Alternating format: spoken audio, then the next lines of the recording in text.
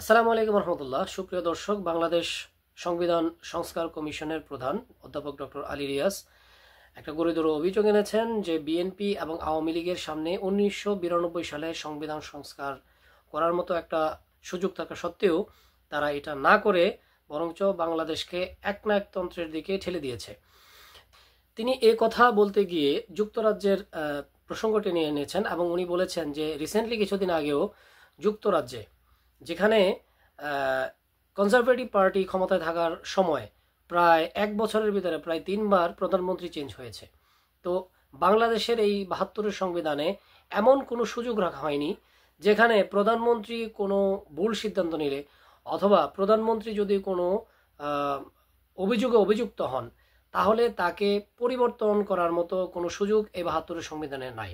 সুতরাং এই সংবিধানে প্রধানমন্ত্রীকে একচ্ছত্র ক্ষমতা দেওয়া হয়েছে, যার কারণে এই বাংলাদেশের যারাই ক্ষমতায় আসে এবং যিনি প্রধানমন্ত্রী হন তিনি নিশ্চিন্তে তার যে কোনো সিদ্ধান্ত তিনি বাস্তবায়ন করতে পারেন। এটা ভুল হলেও তাকে প্রোটেস্ট করার মতো বা তাকে অভিশংসন করার মতো কোনো ক্ষমতা এই 72-এর সংবিধানে নেই।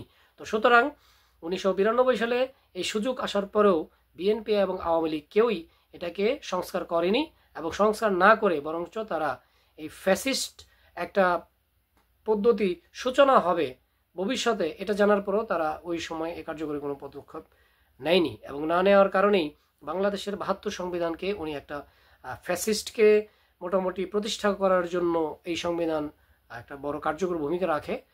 উনি আরও বলেছেন যে শুধুমাত্র একটা স্বৈরাচারী সরকারকে পতন করে আপনি বাংলাদেশে গণতন্ত্র প্রতিষ্ঠা করতে পারবেন না, কারণ যেখানেই বাংলাদেশের সংবিধানই ফ্যাসিস্ট একটা দল গঠন করার জন্য উপজীব্য হিসেবে তৈরি থাকে, অর্থাৎ যখন সংবিধানেই একজন প্রধানমন্ত্রীকে সর্বময় ক্ষমতার অধিকারী করে দেওয়া হয়, সেই জায়গাতে আপনি চাইলেই এই সংবিধানকে বহাল রেখে একটা সুন্দর একটা গণতান্ত্রিক একটা রাষ্ট্র গঠন করতে পারেন না। তো সুতরাং যখন আপনি একটা রাষ্ট্র গঠন করতে যাবেন গণতন্ত্রের ভিত্তিতে, তখন আপনাকে অবশ্যই এই সংবিধানকে সংস্কার করতে হবে, যে সংবিধানে অবশ্যই একটা বলা যায় যে প্রধানমন্ত্রীর এবং রাষ্ট্রপতির উভয়েরই ক্ষমতার ব্যালেন্স থাকবে এবং চাইলেই পার্লামেন্টে যারা ভোটের মাধ্যমে প্রধানমন্ত্রী তৈরি করেন তারা চাইলেই সেই প্রধানমন্ত্রীকে প্রয়োজনে এবং অভিশংসন করতে পারবে এবং প্রয়োজনে তাকে ক্ষমতা থেকে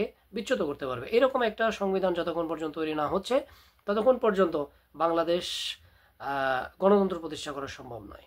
তো সুপ্রিয় দর্শক, ভালো থাকবেন। আসসালামু আলাইকুম রহমতুল্লাহ।